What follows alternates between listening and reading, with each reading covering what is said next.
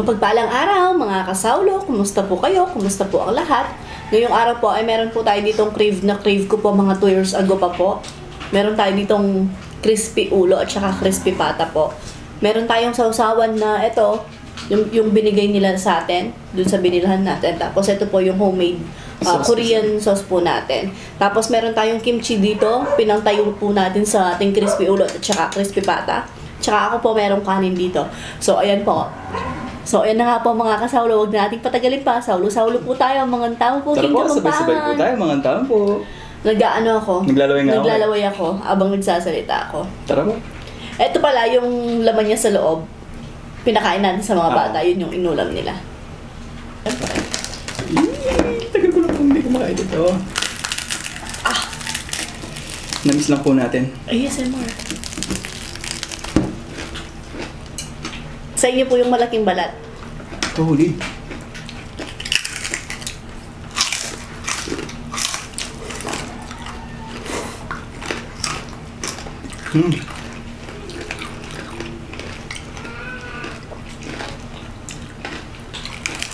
Nakakamiss siya.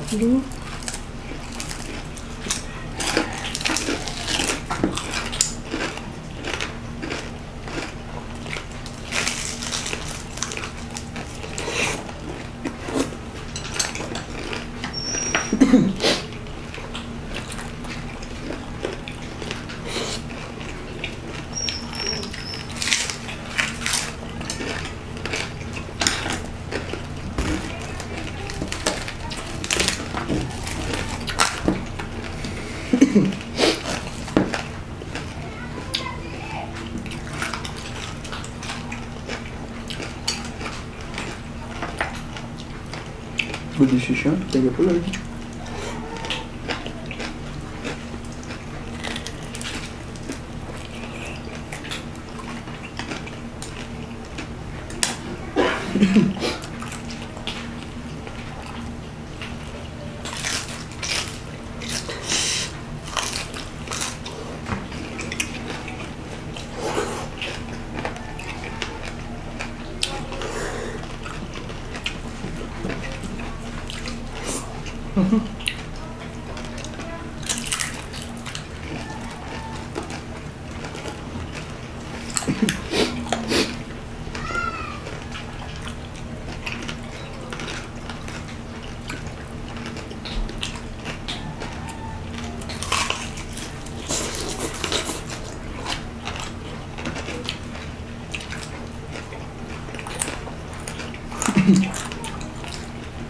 Init pa sa loob. Nainit pa sa loob.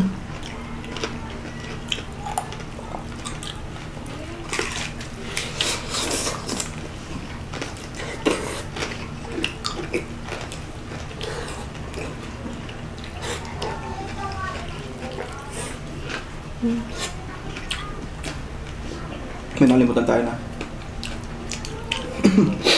Suka. Ito, bawal mo ito ba? Ito yun. Galing sa kanila.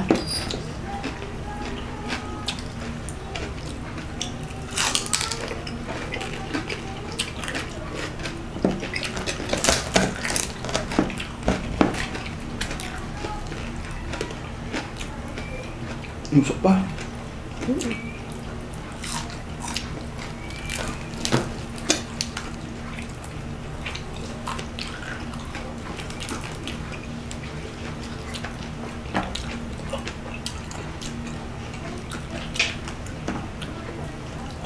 Try ko nga ito. Ito yung gusto ko. Ito yung gusto ko. Yung?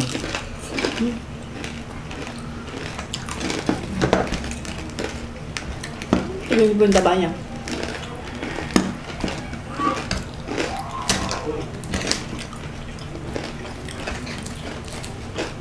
Harap ng kimchi.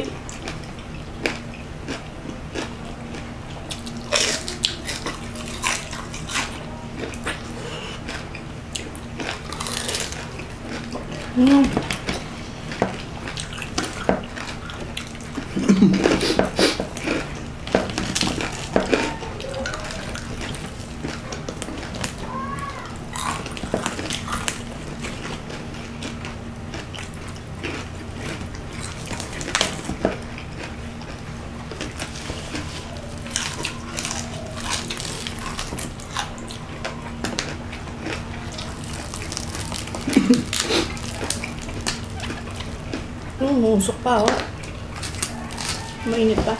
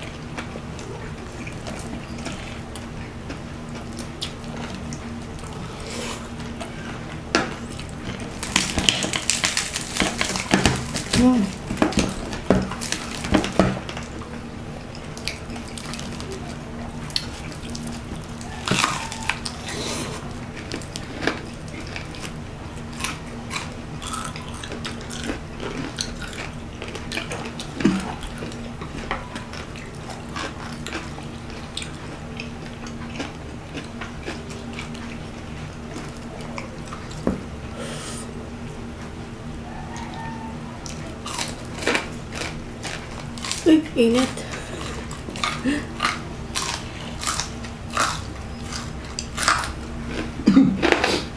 Yan sa ano na part, malaman. Ano yun kasi? Ito muna. Kaso mainit din.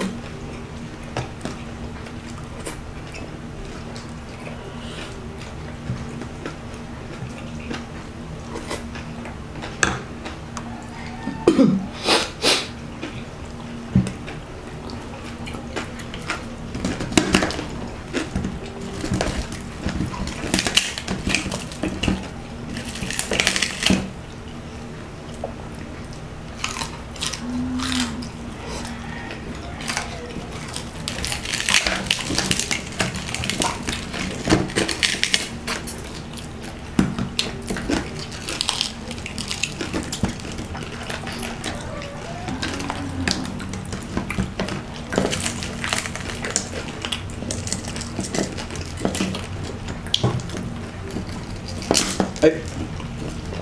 Ilong na pala yun.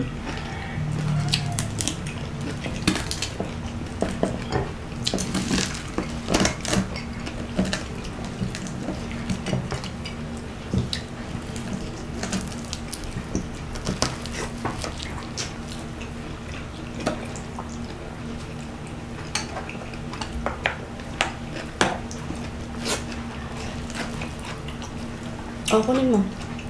Init. Huwag kang kutsara, ay tinidor.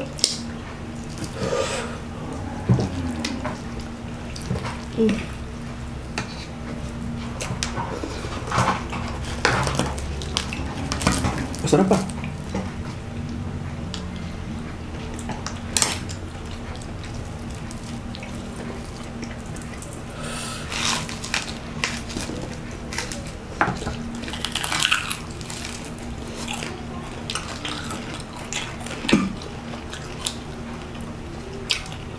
Sarap na.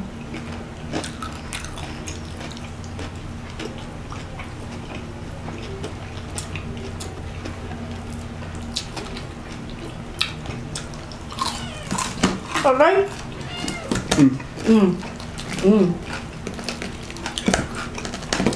Mamaya kayo, mamaya. Mamaya. Binigyan ko pa ng pagkain niya na. Mamaya.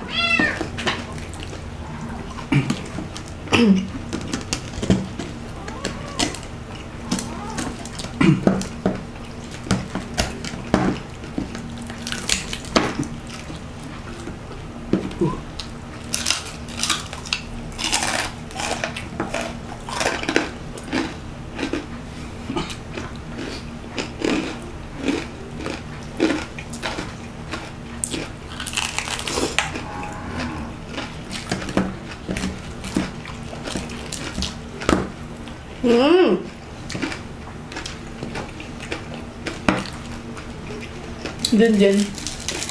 Dun sa baba. Mamaya kayo. Bata kayo. Bata dyan. Daka mo kayo ba? Na? Bigyan natin pa. Okay.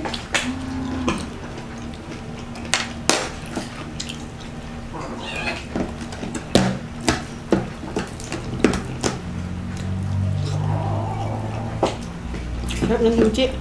So,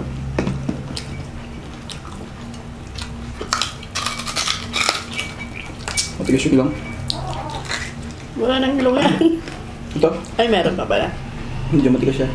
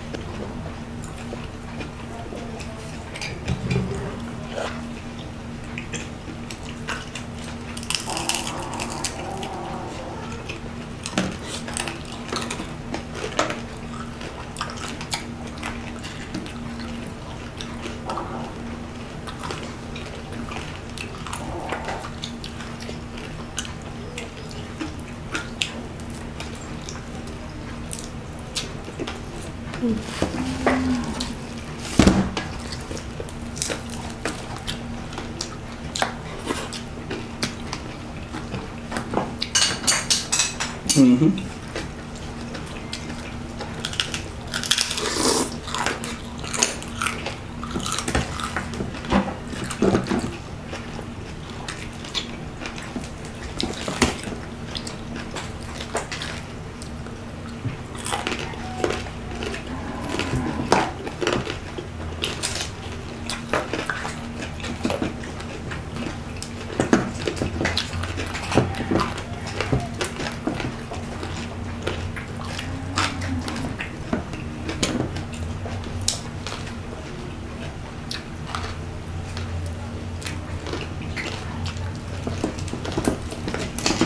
Ayun.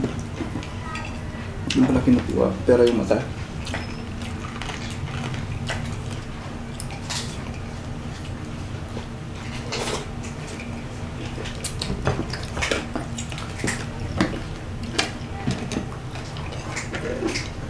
Thank you po, Lord.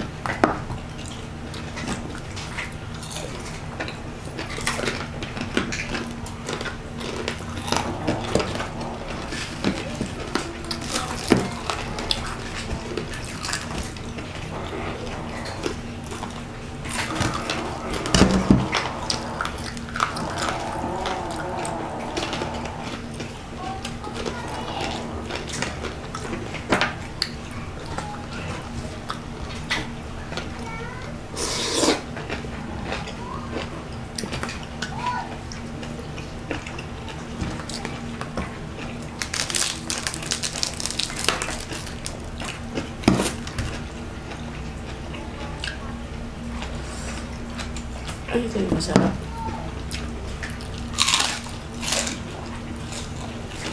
Yung taba na amad.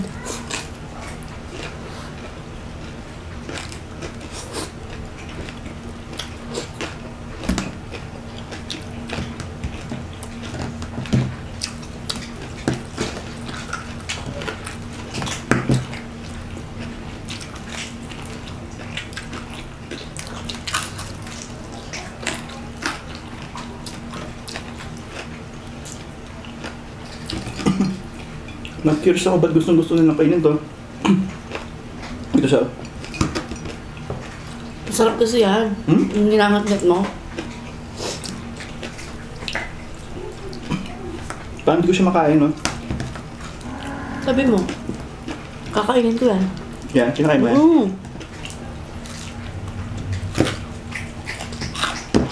Kakainin ko mamaya abang nagkakape ako. Sa mga nakaka-upload po sa atin, versus di po talaga kumain ng ganun. Yung ganyan. Yung ganun niya. Ayaw ko hindi ko siya makain. Parang puro ano eh.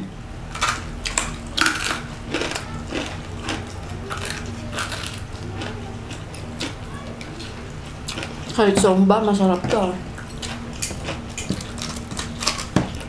Kainin ko ito mamaya.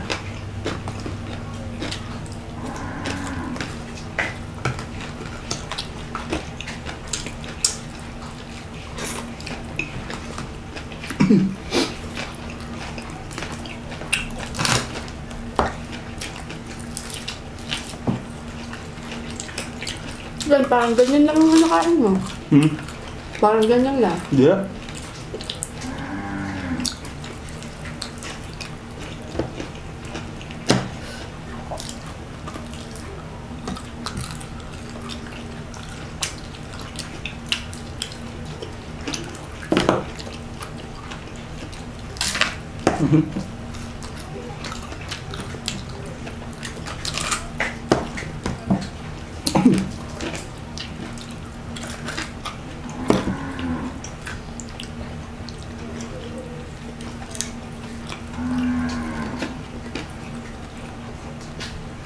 Masarap ba? Kimchi. Na? Nagkakal pa. Thank you po, Lord.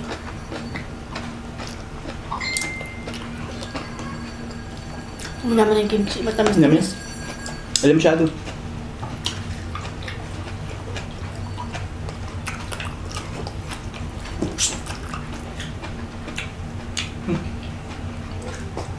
Punasan mo mamaya yan. Lalanggamin yan. Isa po sa mga main reason bakit po natin ulit minukbang ito. Gusto ko lang pong i-share yung milagro po ng Diyos, Panginoon Diyos po nung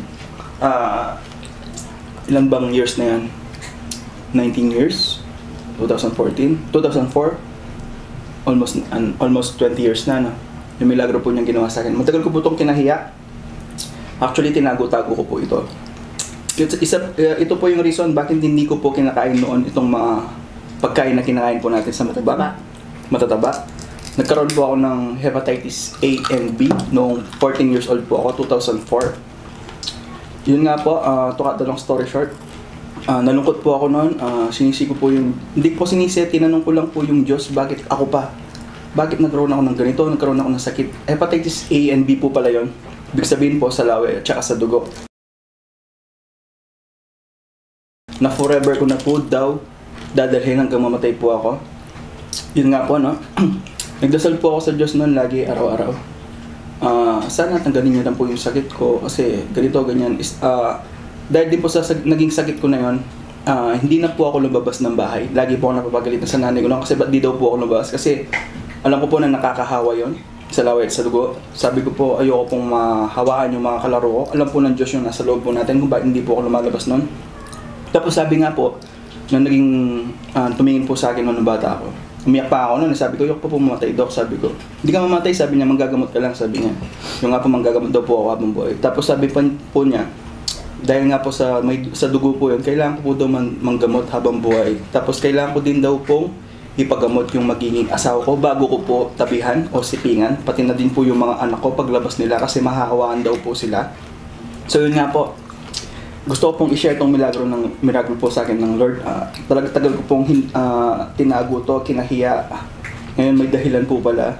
Humingi na rin po ako ng sorry kasi nga po nabasa ko po sa Book of Job na yung may dahilan nga po na mga sakit na to ay si Satanas para po sisihin natin ang Diyos at questionin natin siya na nangyari po noon sa akin kasi question ko po siya. At yun nga po, nung 18 years old na po ako, magtatrabaho na po ako sa may Exciting part. General Mall. 2008 po yan, 4 years po bago ko po nalaman. Syempre pag nag-apply po ako ng trabaho, di ba, kailangan nyo pong pa-medical. Yes, sa medical po noon, yun, tinest po ako. Lumitaw po yung tattoo ko, na 17 years old po ako nung nagpatattoo po ako. Pero wala po silang nakitang sakit sa akin. Praise the Lord. Hallelujah. Nagtaka po ako nung tuwang-tuwa po ako. Pag uwi ko, sinabi po kagad sa nanay ko, tinanong pa ako ng doktor noon. Kasi nga po, nakita yung tattoo ko, tapos tinanong ako kung may naging sakit daw ba ako nung bata ako, or ganito, ganyan. Opo, sabi ko, hepatitis po, sabi ko, AB. Tinanong pa niya kung sino yung doktor, kasi sinabi ko po yung pangalan ng doktor ko, yung PIDYA ko po. PIDYA ba tawag sa baba? PIDYA pa, oo. Bata pa ako na. PIDYA, tapos sinabi ko, sabi niya, ba't wala naman, sabi niya gano'n. Nagtataka din po siya. Pati ako nagtataka, hindi po ako minom ng gamot noon. Yung po pala yung dahilan noon kung bakit na mahirap po kami sa buhay. Kailangan ko po mag-maintenance ng gamot pero hindi dahil nga po hindi namin kaya. Sabi nga nung doktor noon, napakabait ng doktor na yan. Kasi sabi niya, subukan niyo pong magdasal, kunin niyo po sa dasal, sabi niya. Kinuha po namin siya sa dasal, araw-araw, gabi-gabi po ako nagdadasal noon. Sana pagalingin po ako ng Diyos. Kasi wala po akong idea kung hindi lang po ako na medical. Tapos pag-uwi ko nga po yun po yung dahilan, ang gulong magkwento ata. Tagalog eh. Pero hindi, nagdadasal po ako. Sabi ko, gusto ko pong ipaalam sa mga manonood po natin yung milagrong ginawa niyo po sa akin.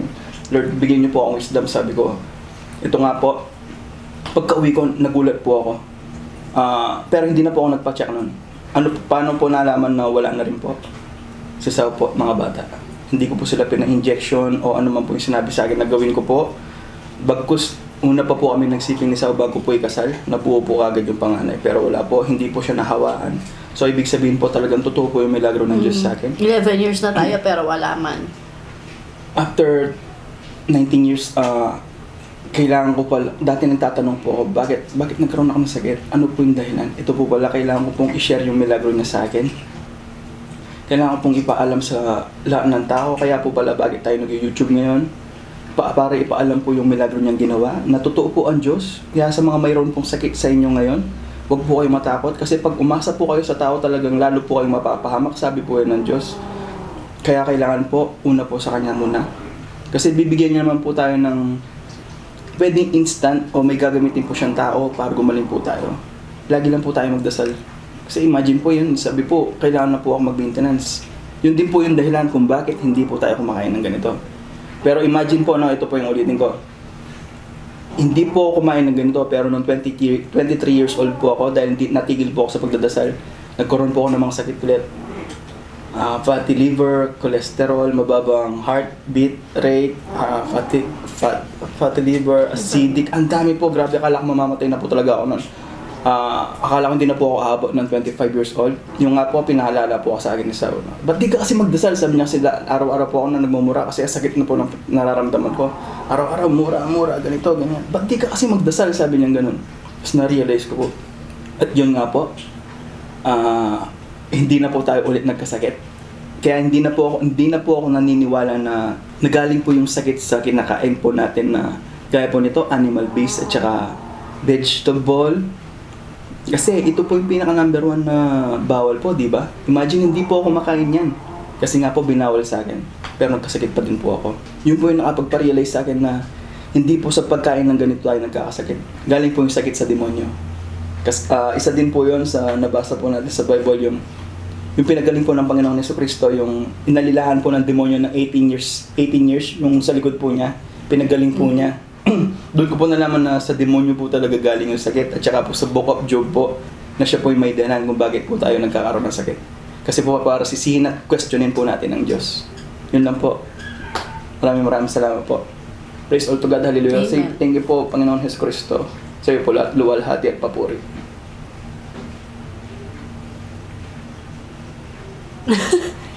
Hindi, na ano akong makinig alam mo yon yung... Hindi, kailangan talagang i-share. Na ano lang ako makinig. Ang sarap lang sa pakiramdam, ganun. Tagal ko pong tinago yun. So, ayun na nga po mga kasaulo. Panoorin niyo po itong video natin na to hanggang dulo at siguradong may matututunan at may aral po kayong matututunan. At dito na nga po nagtatapos ang ating Crispy Ulo and Crispy Pata Mukbang. Hanggang sa susunod, paalam. Maraming salamat po. Ingat ang lahat. God bless us all po. Kung may mga nakaligtaan din po ako, siguradong isusulat ko po sila by text. Paalam po. Totoo po ang Diyos. Totoo po ang milagro niya. Amen.